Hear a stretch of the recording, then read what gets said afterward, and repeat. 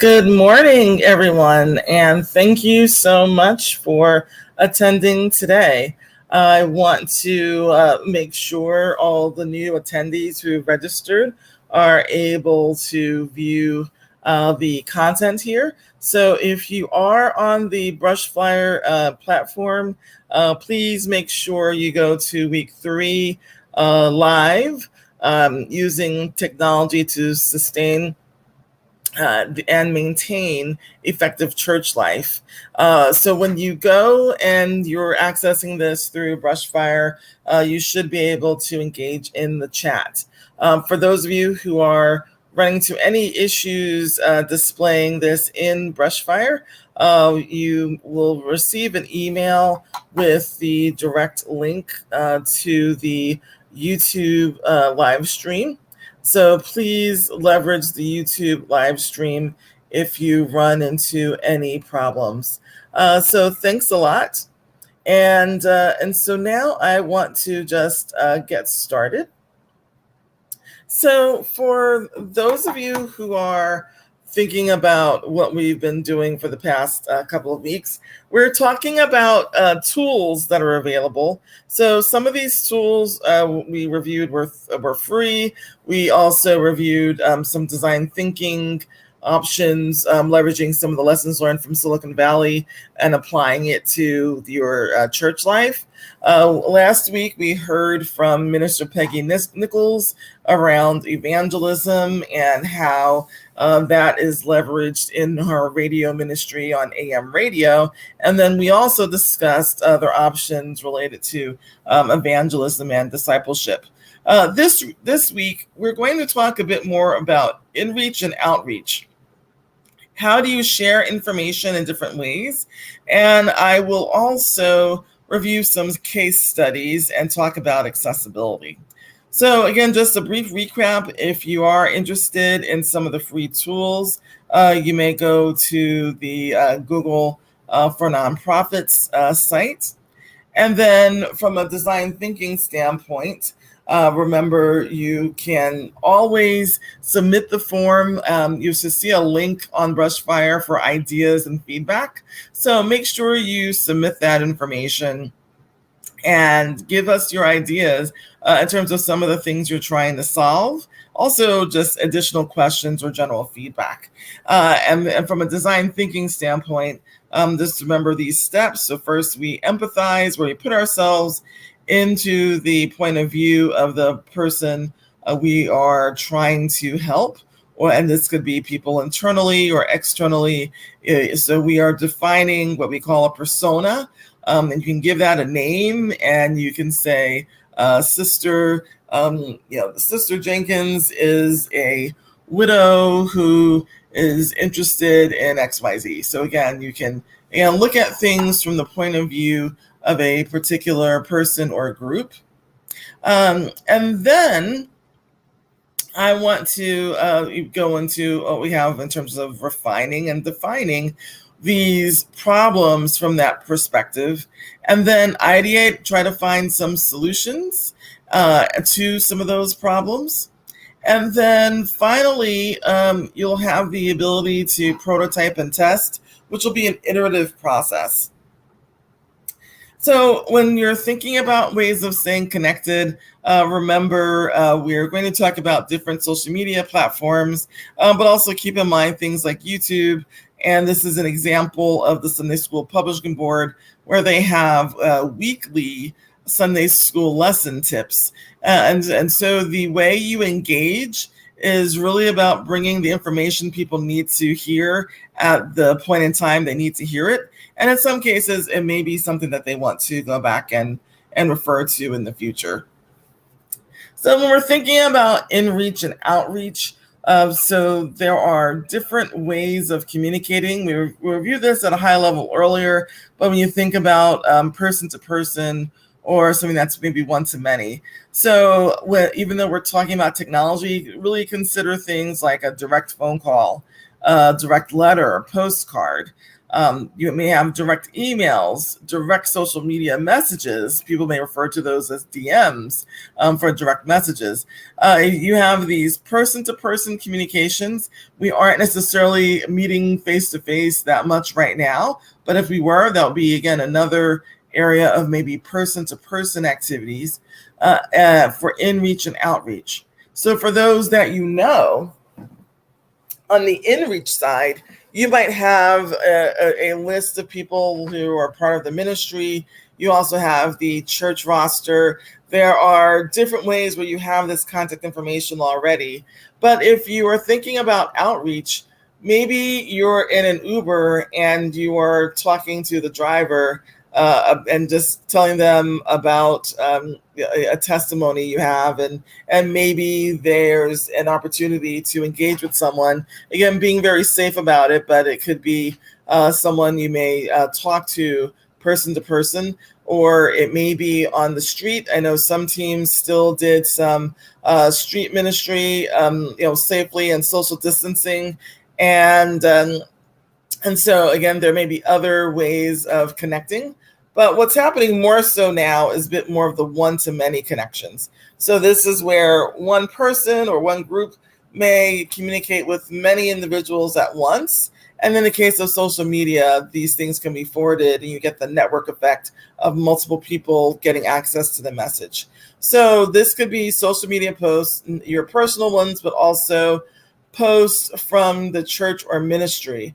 So whoever is posting on behalf of the church or ministry, it's important to make sure the church and organization will have policies around what they say, how they engage, who responds to direct messages, if you have direct messages resulting in that. But still, it's one-to-many. You also have emails you can send. Now, be really careful when you're doing emails one-to-many. You do not want to get into a situation where you're violating certain policies, state, local, federal policies regarding the way people can communicate with others. So if someone did not explicitly opt in and give you permission to communicate in that communication channel in that manner, then there's some caution there. So this is why we have some tools like Constant Contact or MailChimp or other tools where you can allow someone to know how they received information, from a privacy policy standpoint, who was able to access your, the information, people who've opted to receive some of the information over email, and a link for them to opt out. So just keeping in mind, if you are communicating one-to-many, something might seem like a great idea initially to just email everyone directly with your personal email. That might not be the best option, and you may get flagged for sending spam. What we refer to as spam is messages that are unwanted. And then you also have your public website and other public posts, video, live stream.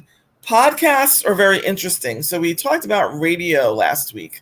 There's an interesting thing we call podcasts, and that lets you have similar to a radio show or a radio talk show, but you may have different episodes or things that are scheduled on a recurring basis. And this might be something that's actually on a video like YouTube in addition to the audio, or it could be audio only. And so we have some people who are using platforms like iHeartRadio, or they may have the Apple or Google or other types of organizations that are hosting podcasts. So this is a way to engage, but it usually involves maybe having a conversation, or it may be a small message, but it's something that might be episodic, basically. And then you have radio. So we heard about AM radio last week, but there are also FM radio, and we have internet radio sites available now as well, like iHeartRadio. So when you're doing in-reach and outreach, it's important to make sure this content is for everyone. So anyone, no matter what their ability may be, they should be able to access it somehow, some way. So if you're sending out postcards, then also do phone calls. Keep in mind, not everyone necessarily knows how to read, and you may not that may not be something they communicate publicly or advertise, because again, some people have different levels of comfort. So still have a way for people to hear the information in addition to reading it. Also, if you are providing things that are printed, to allow someone to see it in large print, or to go on your website maybe for a digital version so they can scale it up or scale down. Also for different ages. So someone who may be a bit younger may enjoy certain types of social media sites, where someone older may use other sites. You also may have preferences in terms of the types of radio stations or podcasts people are listening to. So just keep in mind, you want to advertise. Let's say if you have an annual day, you want to advertise and announce it across the different channels where people in different age groups may be listening, and also different levels of access to technology. So not everyone has access to the internet. Some people may only be able to access the internet if they go to the public library and access it for free, or access it through something like McDonald's Wi-Fi, and they may not have access at home. Some people may not have a smartphone or access to the internet that way. So be balanced in terms of how certain information is shared, so you don't have a scenario where someone feels excluded because they're not on social media, they're not on Facebook, and they don't know what's going on. They don't know about any of the events, and they feel left out. So really focus on inclusion and being universal and accessible. Now, we're going to talk about a couple of case studies in terms of in-reach and outreach, and how different churches and ministries are using different types of technologies. So I want to start with one example that's actually fairly interesting. If you are familiar with something called virtual reality, there's also something else called augmented reality. This gives you the ability to visually see things as if you were physically there in the room.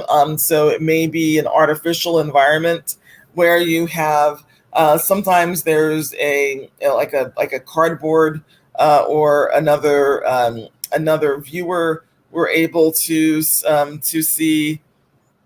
And so when you go to virtual reality, you may be able to have like a headset where you can interact with things a little differently. So instead of it being like a viewfinder where you're just going through and looking at these static images and photos, this will let you fully interact and be immersive. So if you turn left or right while you have the headset on, you'll be able to see things from that same perspective.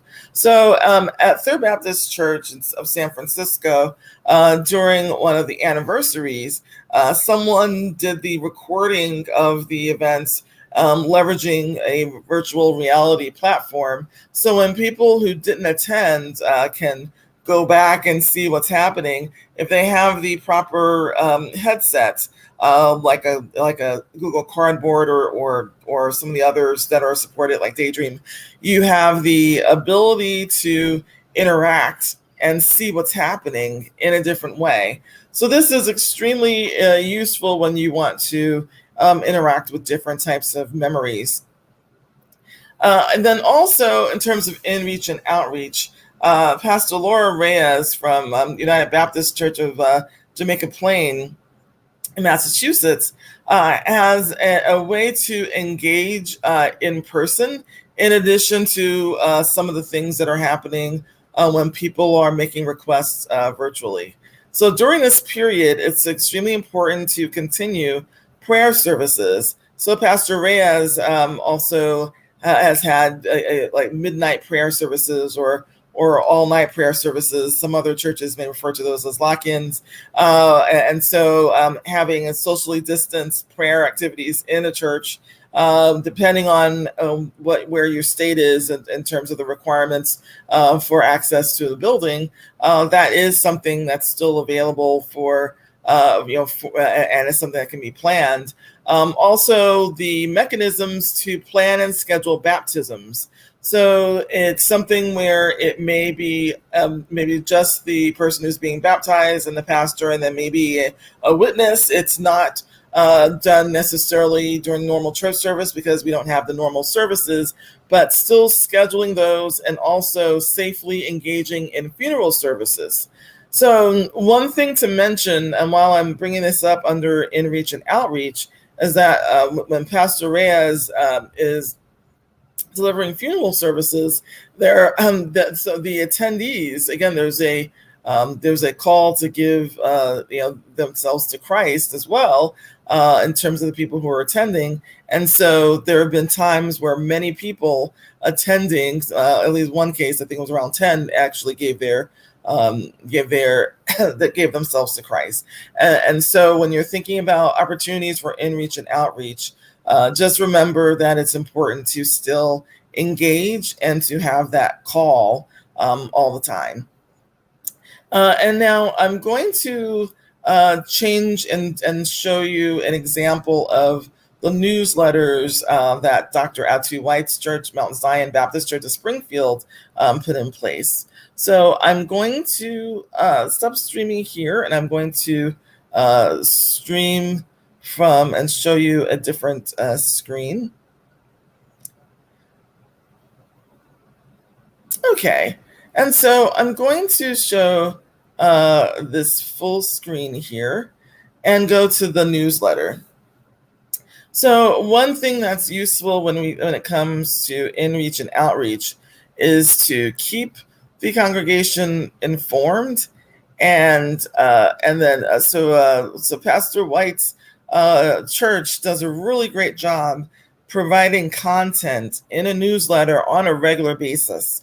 And so in addition to what they have for, again, the upcoming Holy Week and additional services, they also have other things from a fellowship standpoint to, again, recognize birthdays, additional meetings, additional celebrations. You also have content provided for people to be inspired. You also have some of the good news where people are able to send in, praise requests. They have more information about Palm Sunday, mobile food trucks, students. So again, providing some celebrations for some of the students in the church.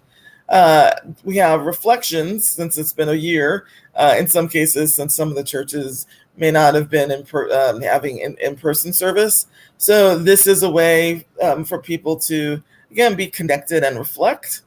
And then also they have information regarding other activities in the area, such as the Pastors' Council. And then there are additional reflections and content, and then also puzzles, which is very interesting to have. Again, you have different ways of engaging people. So when you think about in-reach and outreach, there are some things in here where it's addressing the youth, people who are doing other types of studies. Again, it's an example and a case study where you have a lot of additional options available. And so that's something I think is useful to review. And then also, again, earlier we talked about the Sunday School Publishing Board and their tips. I will give you one example of a case study. I was involved in this one. So with Sister Cora Reed, we were planning a women's tea. And so in terms of in-reach and outreach and how we're using different types of media, in this case, this was more focused on how do you use technology to plan the events you're executing on.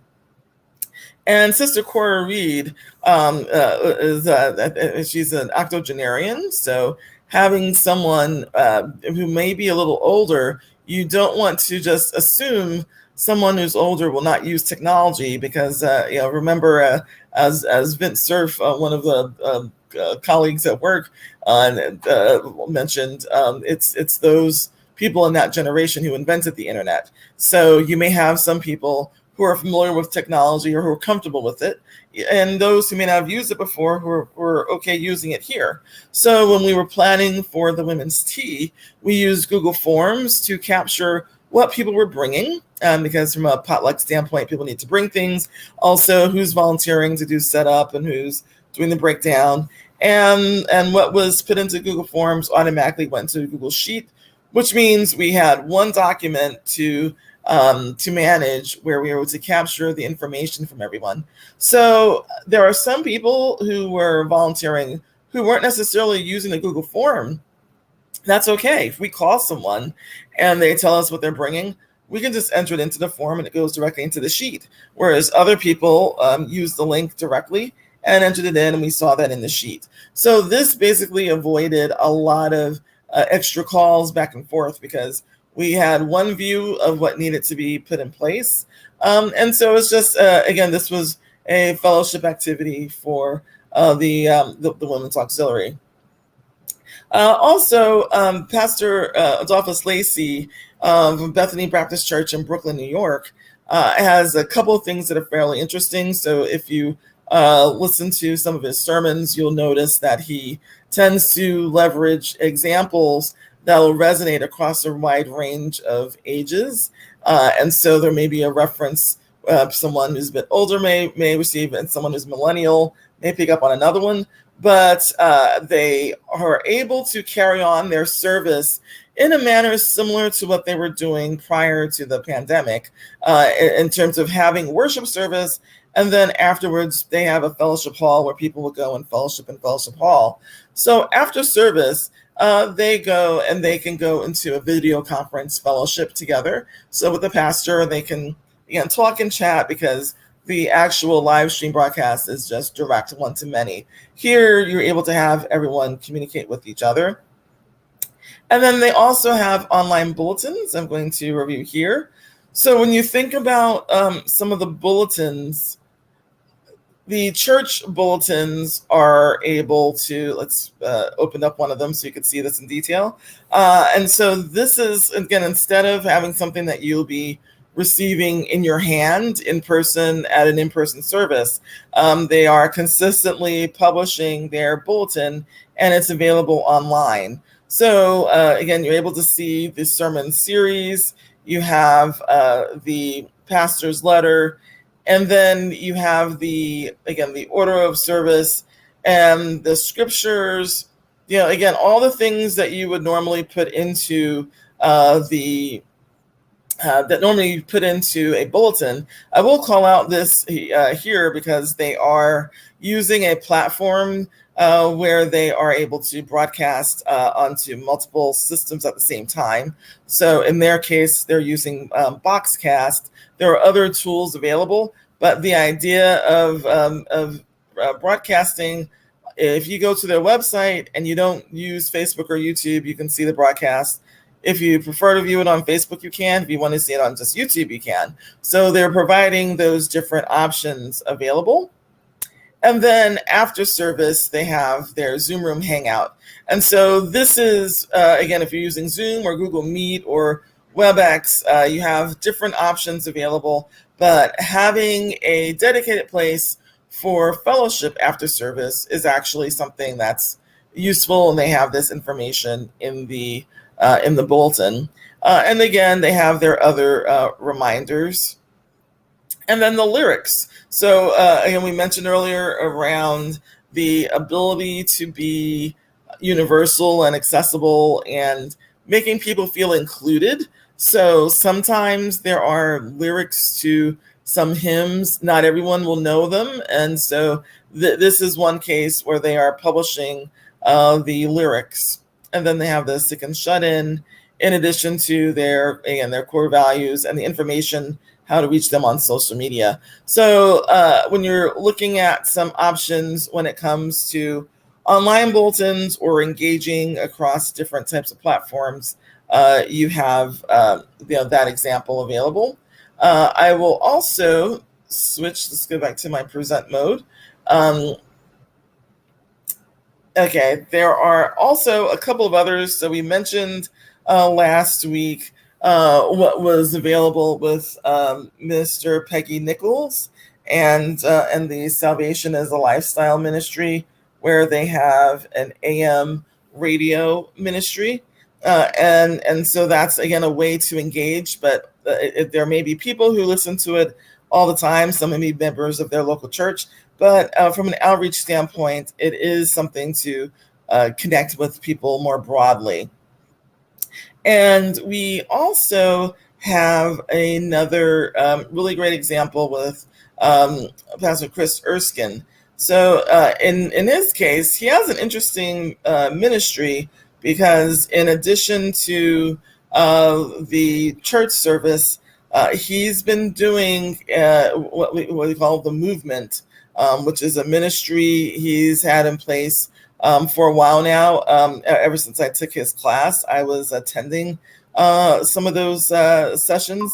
And so during the day, and this is again during certain mornings, he has a simultaneous social media broadcast. So first, he has again, being accessible, he has a phone number for people to connect on a conference call. And then in addition to the conference call, he also has people who are able to connect and listen to the message. And in addition to this message, he also has a podcast. So I'm just going to briefly share with you what it looks like when on his social media channel, because one of the things that's also useful when you're giving this information over social media is that he has sometimes certain sermon themes that may be leveraged, and in addition to those themes, he also has led the people who are attending his services in a fast, and so they may have a 21-day fast or other types of fasts that are happening. So I'm going to just briefly switch over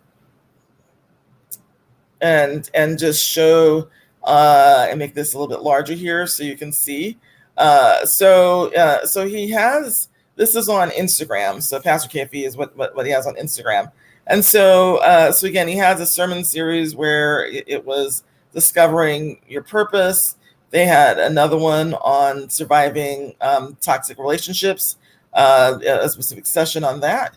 And then you're able to also, and I believe we have the ones for iHeartRadio, again, the Black Church. So you have a lot of different things that are basically posted, but these are cross-posted.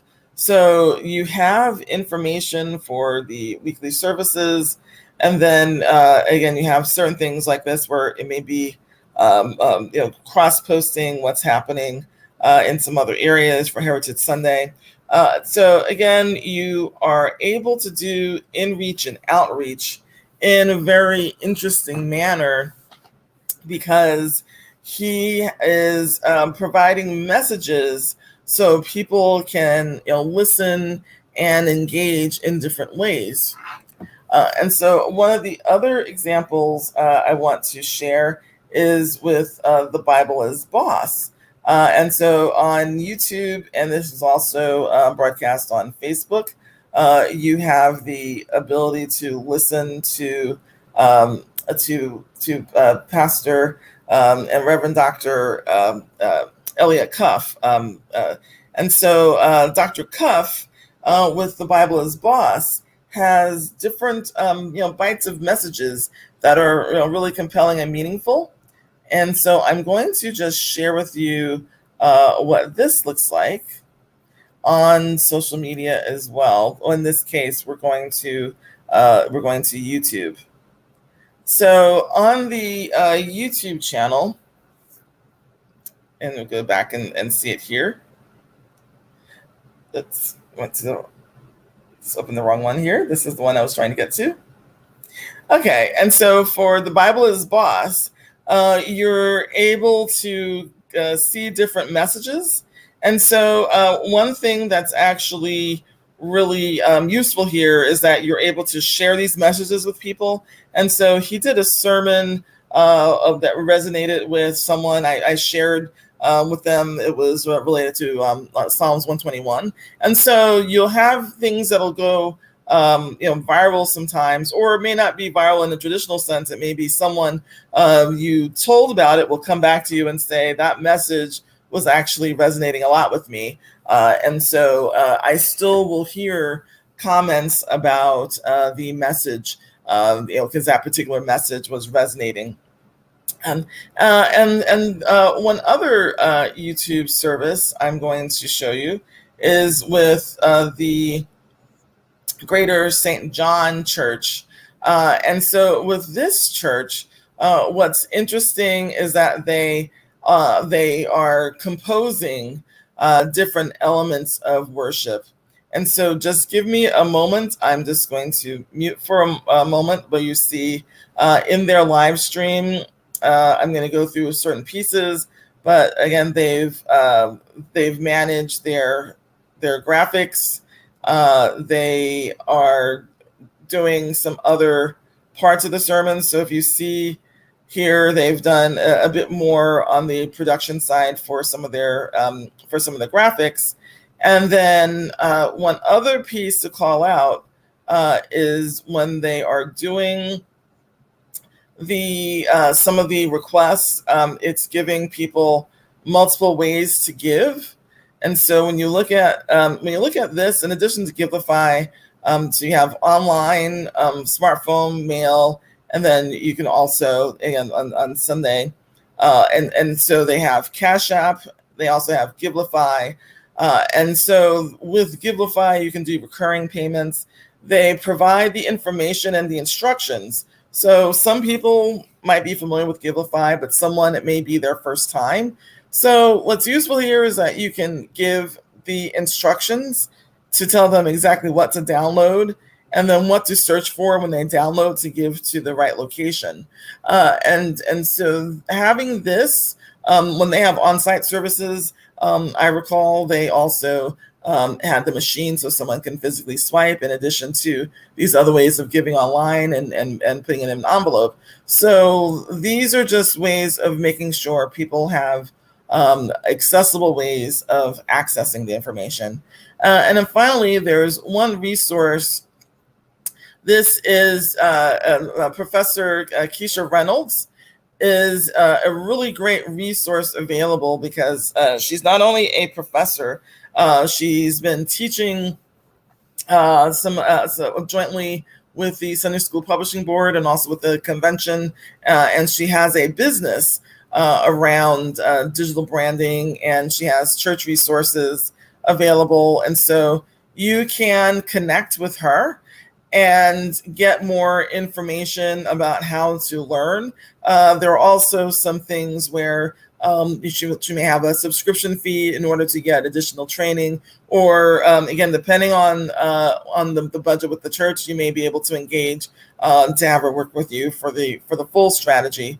So again, there's some workshops, some things available online, and this is a way this is an example of someone in the church with gifts and skills, and they're using those gifts and skills to connect and share information and educate people. So I just wanted to make sure we're in good shape there. And then I want to just talk briefly about a couple of considerations. So when you think about some of the streaming platforms, you may have heard in the news recently. So those of you who are listening to this as a replay a bit later on, you may have to search for this in the news. But those of you who are listening to this live or recently, there have been some news reports indicating some police officers were playing like the Beatles or some other music in the background when people were trying to film them. And that's because on certain streaming platforms, if you are streaming and you're playing music and you don't have the right to broadcast that music, then some platforms will automatically take down the video, or there'll be a flag associated with it. And so this is something to prevent people from using Facebook Live when they're interacting with them.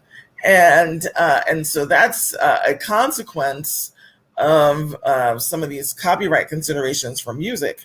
I've personally encountered this. I had a YouTube video where I was doing a walkthrough in a virtual room I created in a video game. But in the background, there's music, and that was in the game. So it wasn't music I added to a track, but someone asserted a copyright claim against that. So I had to, I actually ended up taking down that particular having the reposting the video, trying to have it without sound, but I did initially put in my description. Oh, this was from PlayStation Home, and so they understood the name of the creator of that particular virtual environment. So it can be cumbersome if this happens. And so this may not happen. I don't know how often it may happen, but because it's important to know, these different types of policies, I want to spend some time on this. So sometimes copyright owners may issue claims. This may also be the case in person, where it may not be a claim, but you may have a guest, gospel singer who's performing, but they may request no one stream except for them. I did see this at a church in, there was a revival service in Boston, and so there was a request by the guest performer to not stream because they only wanted anything coming from their own platform. So there are different reasons why some of this may come up. And so you can leverage a private video service versus like Vimeo. Or if you're using YouTube, in YouTube, you can just put in your description the list of songs that are actually in your service, and also refer to the authors. So if your service, if someone has a James Cleveland arrangement, then you just refer to that in your description. There are also some licenses to cover the broadcast. So if you are using hoop triggers, some people are leveraging hoop triggers, and I'm just going to quickly go to this link so you can read what they say about streaming rights. Hoop triggers can be leveraged to make to provide music, or again, just as people are preaching, they can add some emphasis on what's being preached, in addition to having actual music for worship or praise and worship. And so with hoop triggers, they've provided this statement, and so again, they're providing it so that if you do live stream, they want you to make sure you have this wording here, and so in the description or in the caption, there'll be a place for you to edit information about your video. So if you're using hoop triggers, you would be able to just add this, and this would avoid any issues of the music being taken down, because there might be an arrangement or something that that's again special in terms of what they have with hoop triggers. So again, they want to make this simple, and again, failure to do so could result in the content being flagged or muted or removed. So that's one way to address it. If you're using hoop triggers, again, depending on what you're using, you can list the names. I'm also going to share with you, there's an offering from this organization where they provide a church copyright license. And when it comes to some of the lyrics, sorry, let me just make sure I get to this piece. And so with this, they provide a copyright. So for a lot of the common, again, you have to look to see which songs are actually covered here, but they're trying to cover most of the typical Christian songs, and so they have some other offerings as well, but this is one. So CCLI, they assist with Christian copyrights. And so now we're just going to talk briefly about making things accessible. So universal and accessible.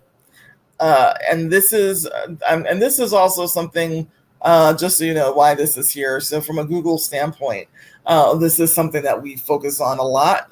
So I'm a customer engineer at Google, but this is something that we can apply to the churches as well, because the message of the gospel is universal and it should be accessible to everyone. And so just looking at some of these concerns when it comes to safety and security. So we want to make our message safe to everyone, but we also don't want to ask people for information that might be risky for them to share, because it's not the case. They may trust you and your church may handle it properly, but going from whatever system they're using to the system you're using, some of the internet service providers and others, again, you don't know what type of vulnerability someone may have on their machine, if they're using like a Windows machine or something where they haven't kept up their virus updates, and so you just want to be careful about what's being used. So don't ask for information that you don't really need, and if you do need it, so let's say if you need to do mailings, from a church standpoint, make sure it's done in a secure manner. So things that are personally identifiable information, we call PII. This is something where it's like your name, your address, phone number, email address. We shouldn't be asking for social security numbers, licenses here necessarily. However, I do believe there may be a case for background checks for people who may be working with children in the congregation. So there might be certain scenarios where from a personnel standpoint, that information is captured, maybe not in mass for the larger congregation, but you still need to worry about how this is captured. Combination of birthdays and this information. So I know we have a lot of people who will have birthday celebrations that we publish. Again, don't necessarily put if you have the month and the day, don't put the year. Or sometimes if we do have those types of celebrations, just be mindful of how the information could be used. I know we have some celebrations for people after they've turned 100, so people can figure out what the year is, of course. So again, just be mindful of this. And then there's something that's called a MAC address. This is not related to like an Apple Mac. This is a device media access control address. So in addition to your internet protocol address for a device you're using, there's sometimes a unique identifier for your device, which, your phone, your laptop, any other type of electronic device may be connecting to the internet. And so this can actually uniquely identify you or your device at a minimum. There's some new technologies of being used today where this number gets randomized, not just a number, but this gets randomized, so it can't be tied directly to the same person all the time, but just be mindful of this as well. And then when we think about other types of concerns, you have online and offline risks. So in the physical world, people have been trying to scam and steal identities for a while. You also have, so remember, if you are responsible for things like a membership list, or if you are making copies of checks or things like that, just be very careful where this stuff resides. If you have something and you email it to someone for like one-time use, make sure you go to your sent message folder and delete it from there. In addition to deleting the actual message, if it's something you don't want to be stored, again, be very mindful and secure. So I would recommend for things like checks, or people are making copies of checks. I have seen, again, some trustees and financial committees might actually make copies of checks. If you do this, first I would just ask do you have to do that? Because if it's not required, then don't do it. But if you do it, and if it's a part of your standard process, be really mindful of everything that may touch this check and this check number, because it has people's bank account information and routing numbers. And so you don't want that to get into the wrong hands. And then again, there's improper use of marketing information and fraud. This is very rampant now because certain rules several years ago were changed, and it's easier for people to send things out that are actually fraudulent. Recently, my father received something in the mail. He thought it was from the government. He thought it was from Social Security or someone else, and then we looked at it, and it actually had in fine print that it was an advertisement, but it was packaged like an official document, and it was referring to things that seemed to be official, but it wasn't. It was just a way someone was being clever with improper marketing. And this is, again, so check ARP and the Federal Trade Commission both provide alerts to warn people about some of these issues, both in the physical world, but also on the internet. So again, identity theft, make sure you know where you're sending information. There is something called phishing, where websites and emails, they may pretend to be a trusted person or a trusted company, and they get really sophisticated these days because they know people are on the lookout, trying to be mindful of some of these phishing sites or fraudulent emails. And so the things we used to be able to tell if it just doesn't look right or if it's the wrong name, we will you automatically mark it as spam and just ignore it. But I will tell you one situation. I received this email, and so did several other people, because there were some exploits where the contact names in an address book on your computer, maybe if you're using Microsoft Outlook, it might be compromised. And when it does get compromised, the attackers will try to exploit and by sending information to the people on your contact list, pretending that it's you sending it. So this time, instead of it being something we would easily ignore, this attack actually did it in two different phases. First, they sent a message, and it came from one of the pastors in our region, and it said, I need help with something. And so it forged the email address. So it never actually came from this pastor. But so what happens is people responded and said, oh, sure, what do you need? So the trick is that they're trying to get people to respond so they know who's actually a real user. And so then after we said, oh, yes, so what do you need? The second message came back, which was obviously a fake, where they were asking for things that the pastor wouldn't ask for, or something else that was more of those like old school Yahoo email scams. But it was concerning to me because I like to think I'm always very cautious when I look at these sites and these emails. And because they forged the email, it looked like it was coming from that pastor's email address. So when I went back and inspected what was happening, I noticed that it was forged.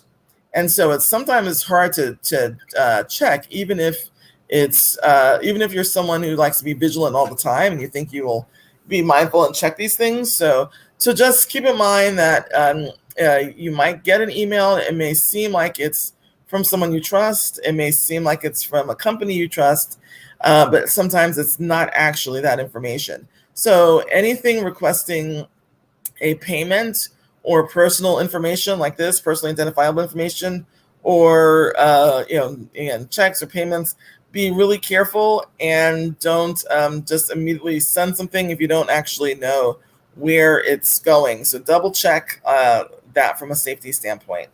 So how do we reduce this risk? So one is to make sure you're always connecting over a secure channel. So when you go into the browser and it says HTTPS, that is for a secure protocol for communication. You also make sure you have secure membership management and financial software. And so if you're using a third-party company, maybe it's a cloud-based company, there are certain standards, industry standards, for minimum security audits and policies that need to be in place. So this was something I checked, like the first time I heard about Givelify.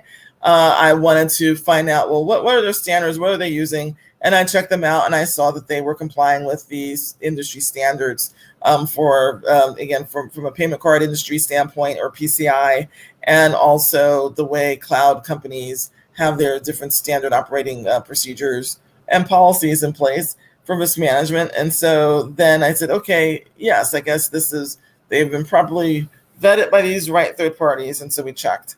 Also checked, they're using trusted payment card processors, verify email addresses. So just don't look at the display name, but look at the actual email address. You can look at the headers. And so this may be a little bit lower level technical, but I'll have some links to some videos to share afterwards so you can see what this looks like. And again, secure and encrypted storage. So if you are saving something, if you save things, let's say on Google Drive, then it's automatically encrypted because Google automatically encrypts anything that's stored. If you're saving something, or if you're using on Google Cloud Storage, if you're using other storage providers, just check to see if they encrypt when it's stored.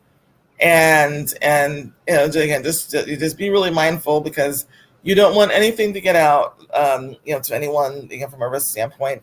And then be really secure with the personal financial information. So that's why I recommend using something like Google Workspace, or formerly known as G Suite. If you have communications, you can secure the trustee information for personnel, financial information, and you can secure information where maybe it's one of the helping hands ministries, or someone requesting assistance from the pastor, so that those communications and files are secure and no one else can access them except for the pastor or the trustee or the people, the deacons or whoever's involved when you set up the security. And this is also useful when you're thinking about the people you interact on the street.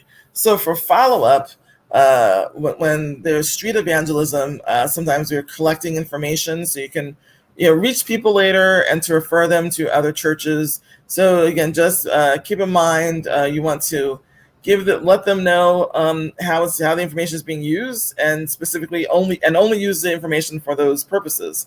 So again, define acceptable use.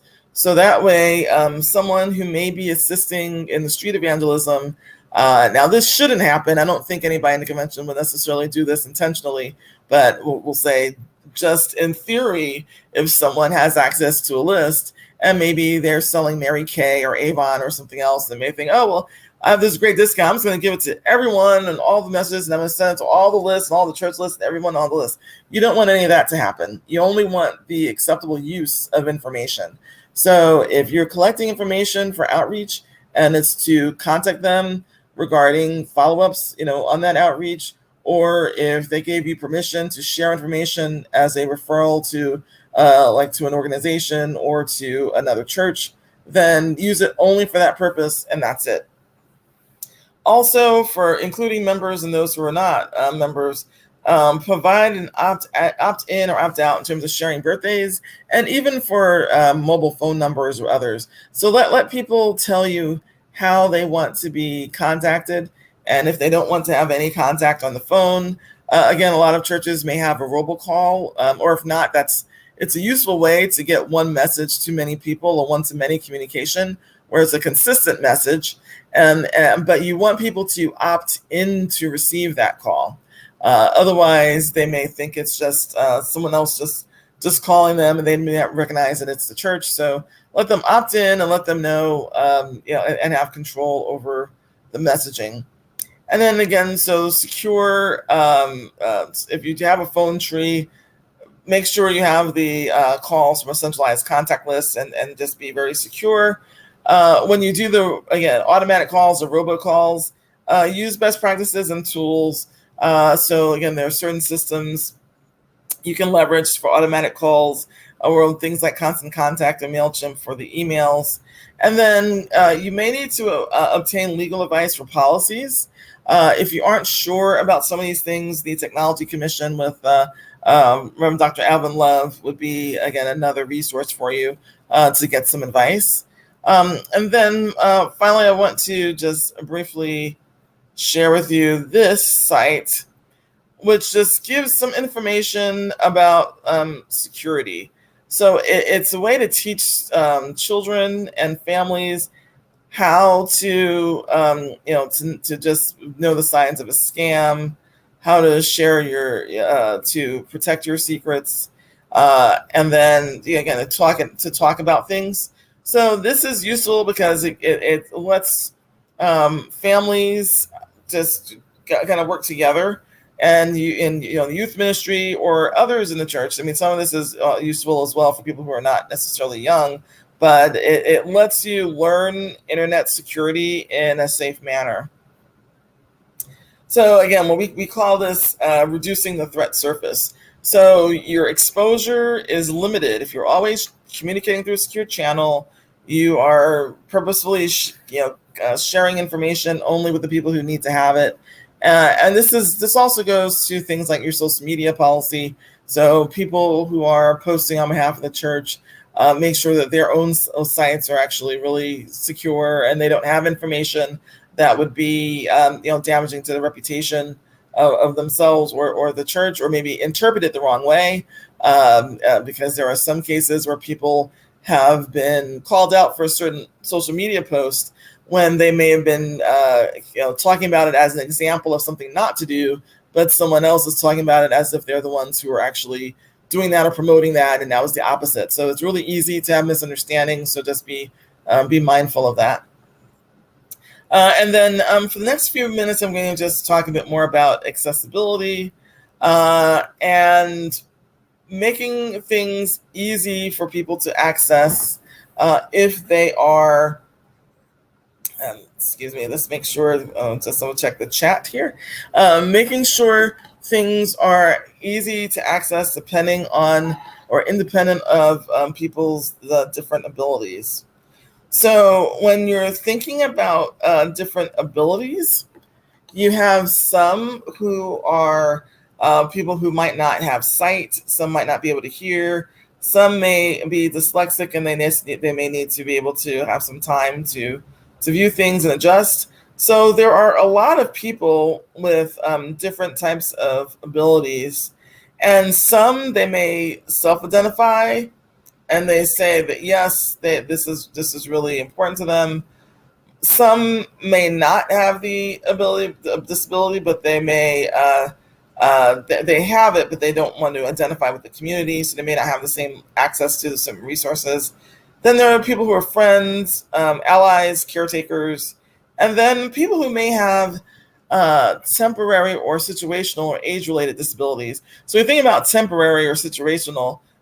So let's say you may not be in a wheelchair all the time, but maybe you were snowboarding somewhere and you broke your leg, and so you will be in the on crutches or in a wheelchair for a certain period of time. Or maybe there's an injury to one of your eyes during a sporting event, so you may not be able to see, but that's just more temporary, situational, versus someone may have it all the time.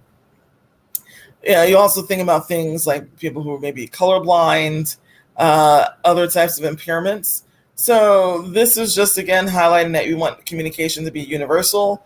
So we talk about, again, the social media, but websites, chat, email, phone, forms. So the goal is to meet people where they are.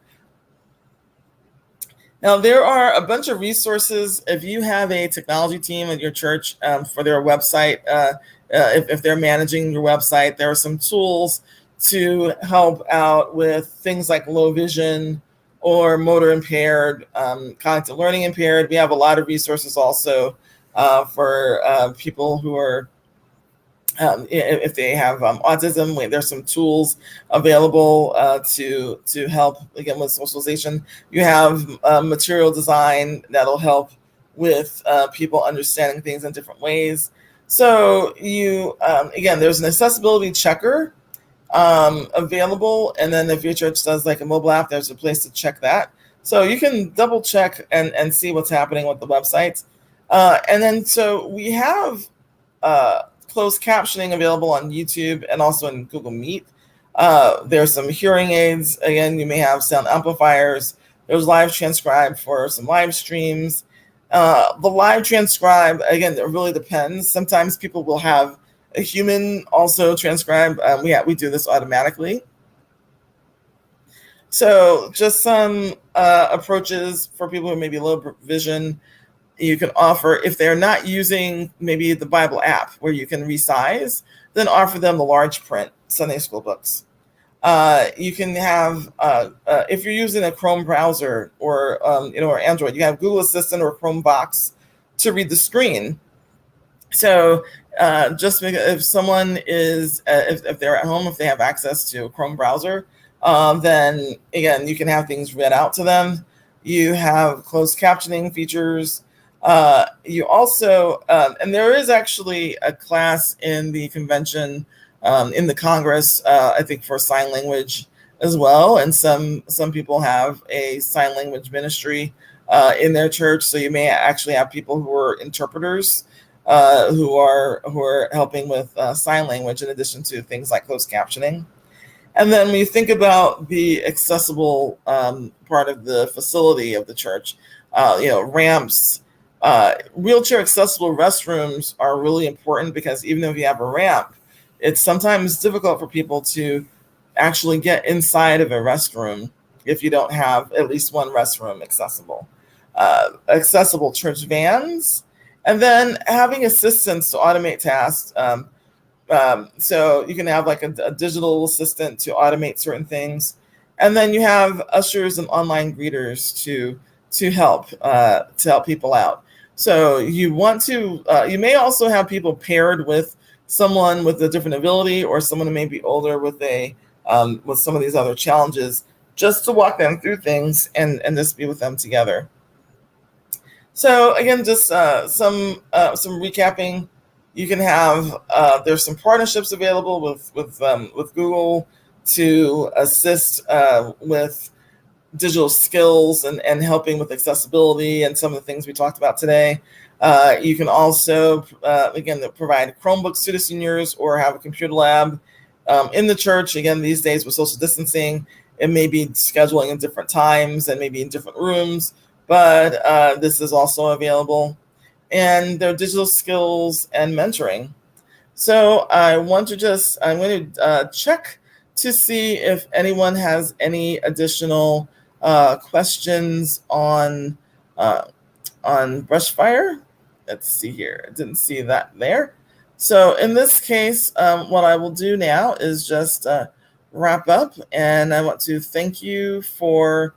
I'm going to stop this screen, and I want to thank you again for attending.